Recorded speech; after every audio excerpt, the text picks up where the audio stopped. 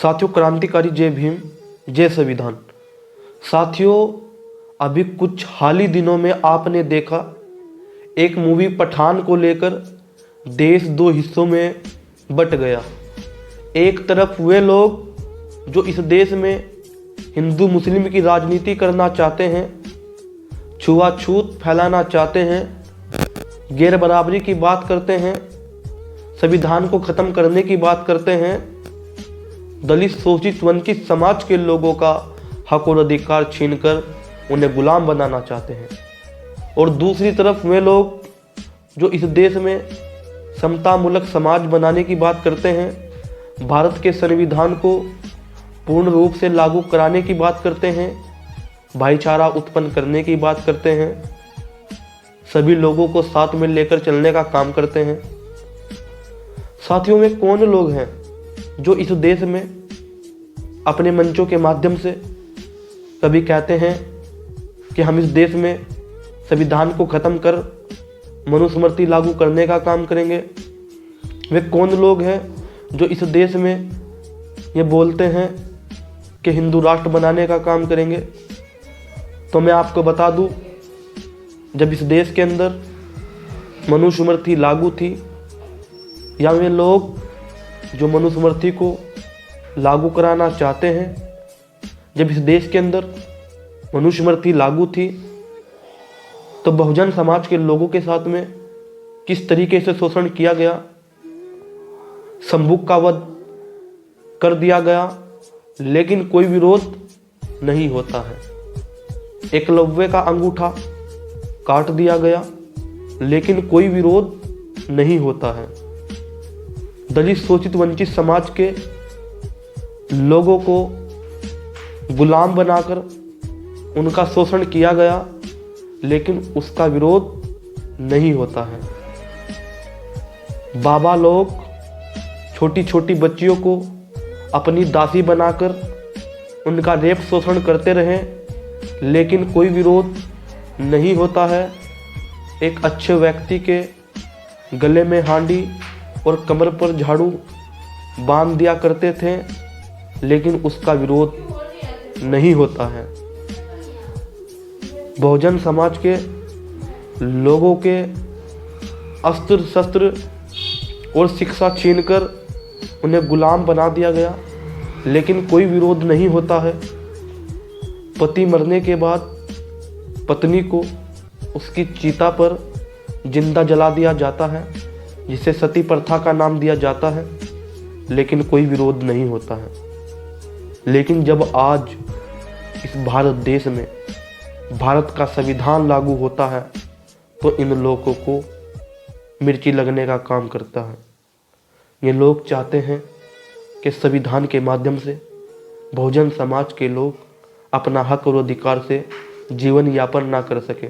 जब आज इस देश के अंदर संविधान जिंदा होता है तो हैदराबाद यूनिवर्सिटी के अंदर रोहित वेमुला को मार दिया जाता है तो पूरे देश के अंदर आंदोलन होते हैं, पूरे देश में प्रोटेस्ट होते हैं। जब इस देश के अंदर गुजरात के माध्यम से उन्नाव कांड होता है तो पूरा बहुजन समाज के लोग अपने मुद्दे को उठाने के लिए आंदोलन प्रदर्शन करते हैं।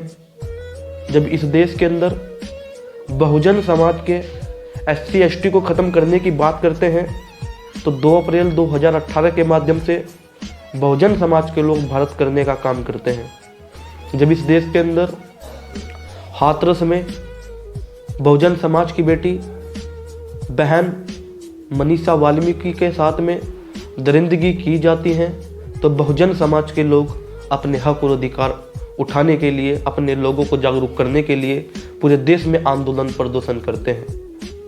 जब इस देश के अंदर राजस्थान के माध्यम से इंद्र मेघवाल को मात्र घड़े छूने के आधार पर उसे मार दिया जाता है, उसकी पीट पीट कर हत्या कर दी जाती है, तो पूरे देश में आंदोलन प्रदर्शन किया जाता है।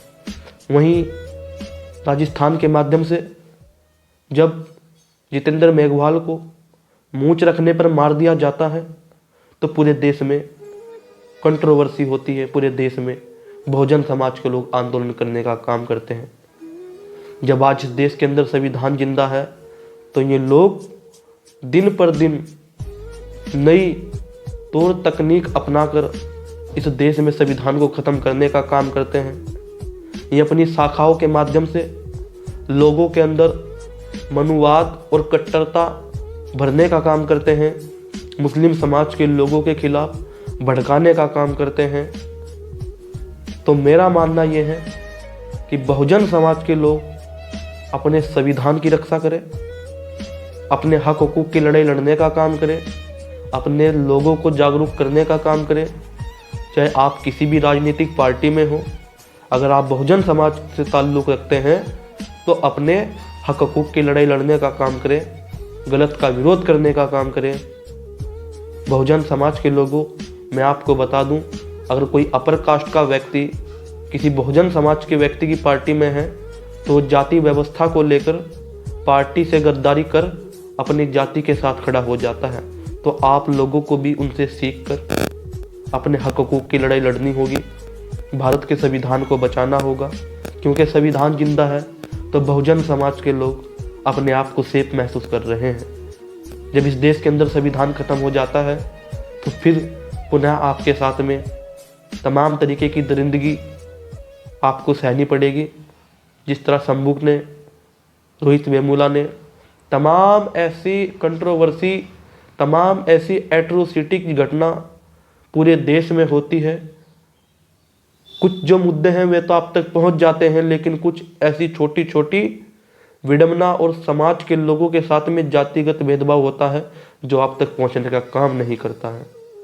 तो मेरा मानना यह है कि बहुजन समाज के लोगों को जब तक ये जाति में बटे रहेंगे तो ये अपना किसी भी प्रकार से कोई उद्धार नहीं कर सकते। जब इस देश में 85% बहुजन समाज के लोग एक ताकत बना लेते हैं तो मैं समझता हूँ 15% कोई वैल्यू नहीं रखती है।